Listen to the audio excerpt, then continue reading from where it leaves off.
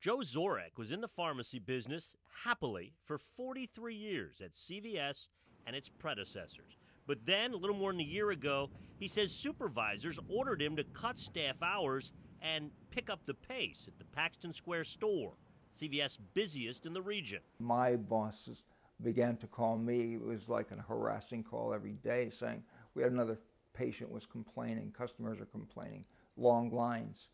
And I said, I understand that. I said, we don't have bodies to get them out fast enough. Zorek says stress was palpable among his staff. Mistakes were made. And I kept saying, patient safety. We got to take care of the patient. We're making errors. That's when Zorek says things started to change. He claims his bosses tried to demote him. He refused. But last July, the stress and his MS forced him to take a medical leave. He believes CVS retaliated against him for raising patient safety concerns, so he filed a whistleblower lawsuit. CVS lawyers deny those claims and say a private company is not subject to the Whistleblower Act. Well, the Pennsylvania whistleblower statute is very clear that if you get government funds, such as CVS clearly does through Medicare and Medicaid, that you can be subject to the Whistleblower Act. Zorek says his former staffers tell him that mistakes continue, and once they were told to cover it up. They were to keep it hush-hush, that unless the patient brought it to the attention of the pharmacy, it didn't happen.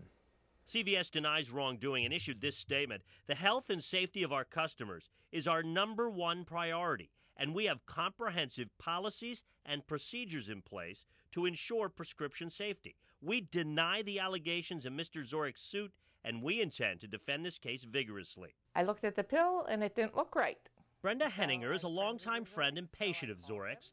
Last September, while he was out on medical leave, she got a wrong prescription and called Joe at home. They gave me potassium chlorate, which is not the same pill as potassium citrate. And he was like, oh, don't take it, don't take it. For them to say they're not making mistakes or that's a lie, that is a dual-faced lie on their part. Zorek is now preparing for his day in court, and he's expecting CVS to say that he just couldn't handle the busiest store in the area. Fine. Go for it. Do it. But at the same time, I'm going to, yell top of my lungs. You got to start taking care of these people before we really hurt somebody badly. Joe says he's spoken with agents from both the Attorney General's office and the Department of State. Those agencies, per their policy, neither confirm nor deny investigations. Dennis Owens, ABC 27 News.